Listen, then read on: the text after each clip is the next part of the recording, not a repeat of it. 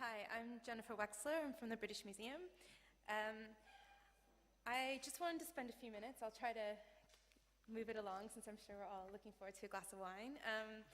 But I just wanted to talk in a bit more detail about some of the Micropasts related projects that we've been doing at the British Museum and how the crowdsourcing via the Micropasts platform has actually aided curatorial practice and curatorial development.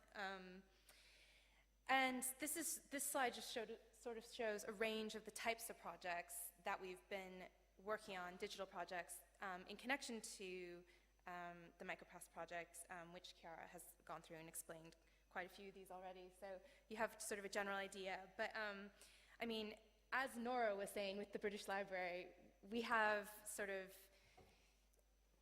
I wouldn't even show a picture of our storage spaces, basically, because a huge amount of archival records, archaeological collections, which are stored away and almost never accessed, but unfortunately are extremely important research resources that are not really publicly accessible, even though our remit is to this is we're a public institution that people should be allowed to access and use these resources. So this was sort of one of the challenges of this project, was to try to see if we could experiment with using crowdsourcing to actually make some of these resources more readily available to members of the public with their help to actually digitize this material. And a lot of our work has actually focused around the prehistoric Bronze Age British collections.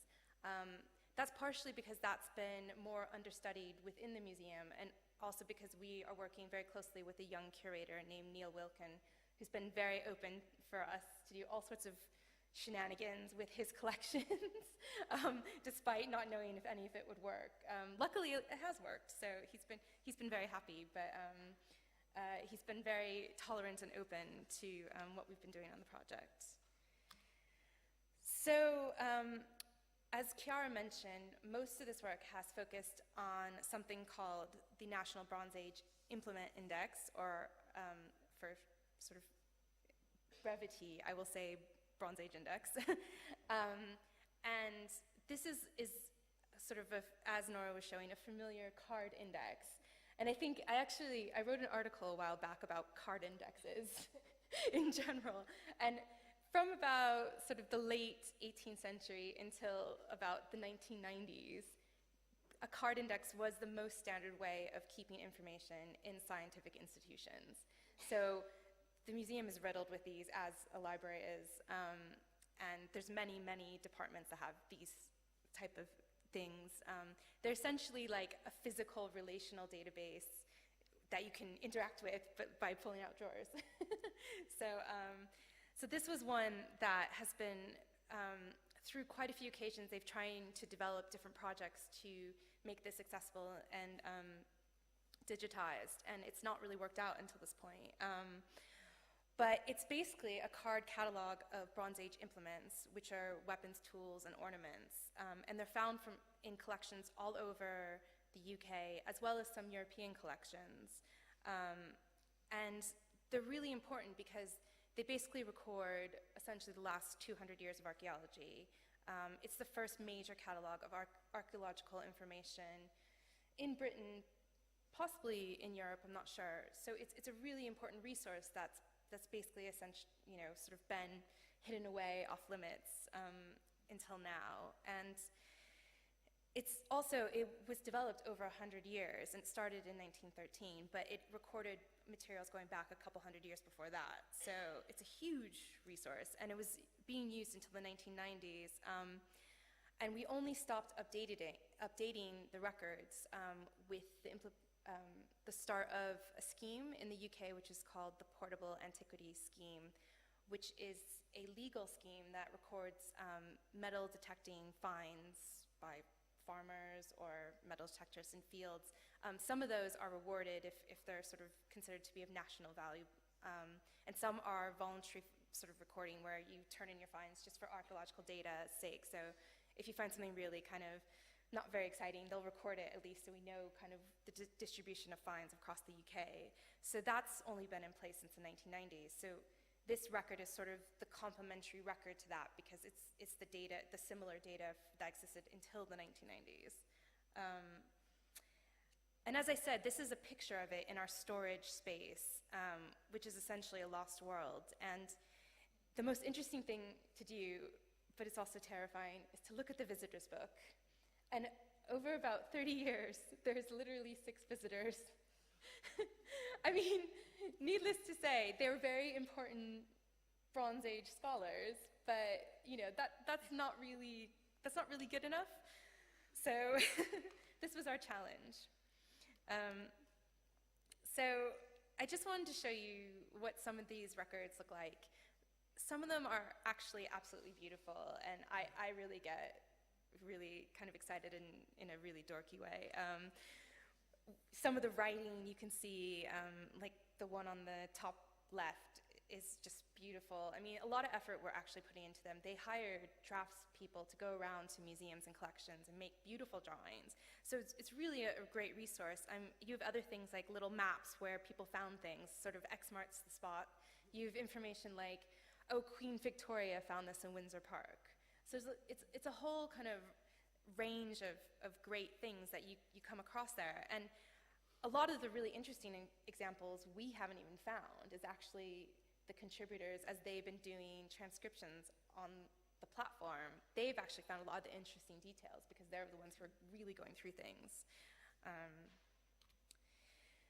So I just wanted to show this slide because the interesting thing about it is that this National Bronze Age Index, from the beginning in 1913, was actually essentially a crowdsourced project, which is interesting.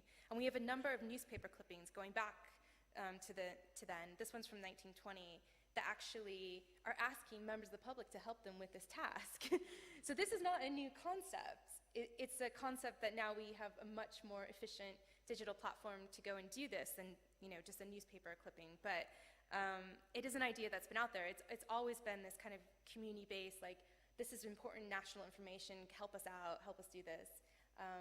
It's definitely been the ethos of this. It's been the ethos with the development of the portable antiquity scheme as well. And so we're kind of building on that idea, which is, I don't know if you would agree, it's quite a big part of British sort of volunteer, sort of the way people interact with archaeology and heritage in Britain is quite volunteer-based. And there is a big community connected to it. So we're sort of trying to kind of build on that platform in a new way and expand it to a more worldwide level. A different community, a broader community. So I'm not going to go through this in detail, but it just sort of shows that over the sort of 100 years of development, the index has gone through lots of different phases of the way it's been used and researched.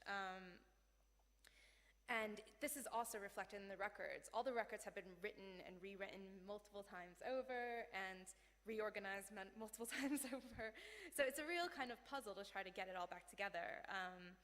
But it's really only been through this advent of digital technology and participatory web that we've been able to now transcribe these 30,000 records. And that's a task that would have been previously impossible. And the museum, to be honest, would not have undertaken. They would not have had the staff to do it. So it's kind of, this would have been the only way that we could make this a publicly accessible resource once again. And to be honest, no one in the museum thought this would work. So we've proven them wrong, which is great. And now they're all getting on board. So Nora's made this part really easy because I was going to go through how you actually go about making a project on our Micropasts platform, and you already have an idea. It's very similar to the LibCrowds platform. So it's just the idea that basically this is our sort of main project page. So you kind of have each project lined up, and it actually, the way we sort of organized it is around the internal organization of the archive itself. So it actually reflects that. So basically, each project is sort of a drawer in the archive, which is organized by sort of object type and geographical location. So we've retained this sort of original organization that already existed. And this is a picture of our lovely high-speed Canon scanner, which I've spent many times with. And as you can see, there are challenges to this. Some cards are kind of small, and you can feed them through, sort of 300 and do that in a half an hour. Some are these incredible sort of fold-out cards, such as this lovely sword. Most of the illustrations are one-to-one illustrations, so life-size. So there's various challenges with dealing with that. But we've been determined to kind of get them all through that, and we've scanned each card at a high resolution, and then we use a very simple script that we created to just stitch together the backs and the fronts of the card. So usually the illustration is on the back of the card, and the information about the site and sort of contextual information is on the front. So we kind of try to put that together into one image so that people can then transcribe the information. And that, again, this just kind of shows what each project page, if you click through on the website, what it actually looks like. And it basically gives you all the information you need about this particular project, where we are on completion levels. A lot of times we try to put in some curatorial information, so if people are interested in knowing more about the objects, we'll have a little summary of kind of what's happening, and they can click through to all the different tabs to see sort of statistics or what sort of tasks we have. So everything's quite open for people to look through if they want to. And again, as you can see, this is a very similar format to what Nora was showing. It's a transcription process using structured data based on the content of the card. So basically, the various windows connect to the content you see on the front of the card. And we've used this for quite a few different types of transcription projects, including ones for other institutions, such as the Egyptian Exploration Society, which is a small institution based in London with amazing Egyptian archival records. I recommend them, look them up. So this is a great format because it's really easy to use and it's really easy to adjust. So the basic idea you can kind of put towards a lot of different types of projects. And I mean, essentially, we've been using essentially the same format. So with just slight adjustments. And as Chiara said, we have had people do each card, transcribe it 3 times, and then we go through and check the results and just make sure we're happy with what people are saying. We experimented a bit with this, and at first we had quite a few more transcriptions. I think we started at 5 or 6, and then we went down to 2, and we kind of got to a happy 3 as our happy sort of level. But yeah, I mean, some people have gotten so good. I mean, they're basically experts in this archive that, in a sense, if they do it, they do it correctly. So it's not even necessary to completely have 3 transcriptions, but that's the way it's set up now, and it's for consistency, we're keeping with that. Again, as Chiara has already mentioned, all the data is always available, even when the project is being transcribed, it's available as a raw format.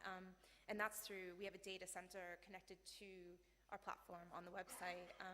We also upload all the images for each project onto a Flickr website, and those are freely open access and downloadable. So we're very much sticking with the ethos that Daniel has said of keeping things open access. We feel if people are gonna, use their valuable time to help us, they should be able to access the data whenever they want, as much as possible. And it's worked out fine. We haven't had any issues. And it's been interesting because, usually also we have actual researchers now approaching us with information they specifically need because they know it's available now, whereas before they wouldn't even try because there would be no way they could actually look at that information in an easily accessible form. So it's actually this archive has been starting to produce a lot more research. So this is where we're at. We're essentially done, except for I do keep on finding lost piles of cards hidden away in the archive. So we've kind of been hovering at this sort of like finished position for a little while now, as I've sort of sort through various things here and there. So we're nearly there. And then sort of the next stages is we want to start writing up some of the information about the archive, obviously. We need to finish looking through transcriptions. We need to try to bring this data into the other databases that we've kind of made connections with, such as the Portable Antiquity Scheme and the Archaeological Data Service, and those are both archaeological repositories for data. And do other things like look at the history of the development of the archive, and also start doing case studies and see how this data is actually looking. Is it valuable? Which brings me to my next slide. This is kind of why are we doing this? And this is a lovely Palstave axe, early Bronze Age Palstave axe, and this shows the data on.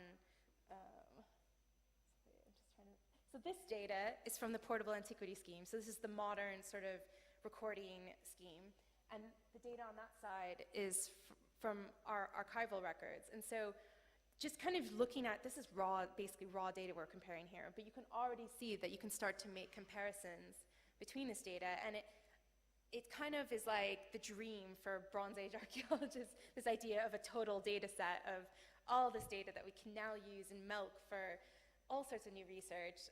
So people are really excited about this, and it is kind of the dream that we now have so much information that we can start to do really cool things. And I think this, like Nora was saying, you know, with your handy Python script, I mean, that's the kind of things now people are starting to do, is because you have this big data, and so you can actually start drawing out these big conclusions, which we never were able to do before. And Andy Bevan, who was one of the people who started our project at UCL, and that's one of the things he really wanted to do from this project, is the idea of pulling out big data to look at these big trends over time. So, as Chiara mentioned, the other thing we've been doing is experimenting with making 3D models using our photomasking applications on the website. This is our Palstave axe again. We have a lot of those because we've been working with researchers to actually do experimental digital techniques to study the development of objects, the morphology and typologies of objects. And so we've had one PhD student based at UCL in London who is studying these axes and their sort of shapes and sizes over time using 3D models and using photomasked models from Micropasts. So he's crowdsourcing sort of his research data, which is really interesting. And we've done other things, like this slide shows kind of experimenting with 3D printing, and we have a few examples up here, which I encourage you to come and look at after the talk, if you have time. And this again just shows another slide of that kind of experimenting with new techniques to study these objects, including using some measuring techniques on actual archival drawings and trying to make things like 3D models out of them. So kind of trying to get new data out of data we already have, basically.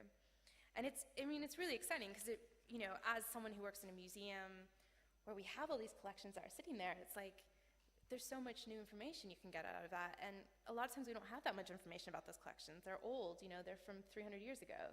So you need to kind of trying to do new techniques to gain new ideas and information. Probably the most exciting thing about making the 3D models is the fact that it has brought up this potential for new and innovative curation of objects online. And as, I'll show you one more, as Chiara mentioned, we basically have online curated objects on a website called Sketchfab, which I have the website address is there. And we have collections for the British Museum now and Micropasts. And I just wrote down the stats. We have over 150,000 viewings of these models now. And these have only been sort of, especially with the British Museum stuff, it's only been up there for about a year. So that's really sort of taking hold on people. And the thing that we've really been enjoying to do and has been really useful from a museum perspective is to annotate the models, which essentially allows a curator to create sort of a virtual tour of their object, which is a new way of interacting. So you can sort of go between the numbered sort of points on the object, and it gives you information about that object. So this is a completely new way of presenting information about museum objects. And it's something we hope to incorporate into our own British Museum collections online in the future when we sort of have the capability, which we don't at the moment, unfortunately, but it's something we're kind of looking towards. I think the other thing about it is the museum was not, they were very hesitant about this idea of making 3D objects. And these are all freely downloadable, and so there's obviously issues with copyright, and they were very concerned.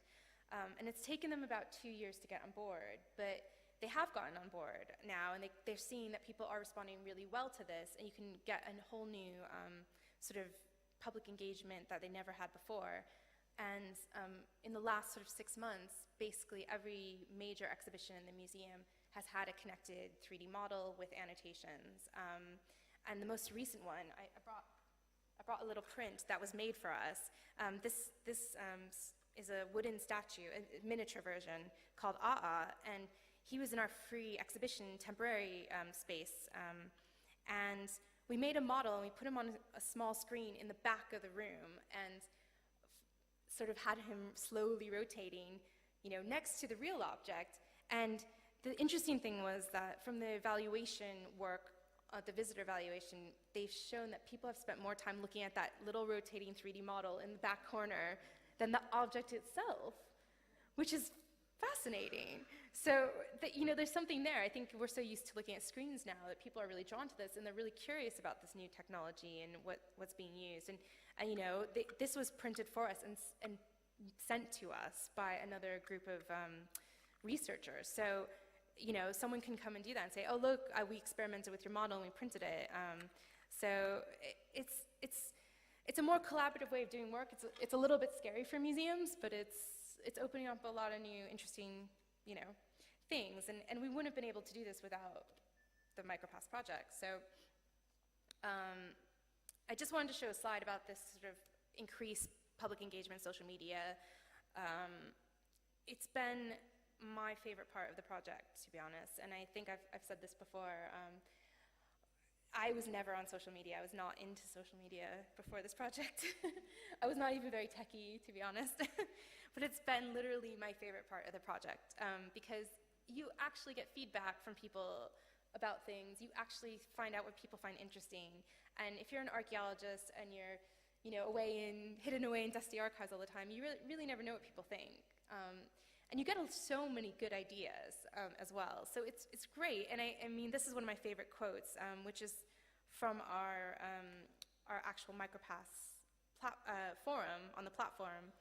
That because we sort of asked, like, what do you find interesting about the records, or what are you finding interesting? And this person wrote, part of the appeal of the transcriptions for me is seeing how the original authors put a little bit of themselves in their record cards, and obviously took pride in analyzing and recording the artifacts. I'm just completing a card now in which the patina is described as beautiful apple green. And we had a really long chain of people sort of responding to that. So that's really rewarding for us.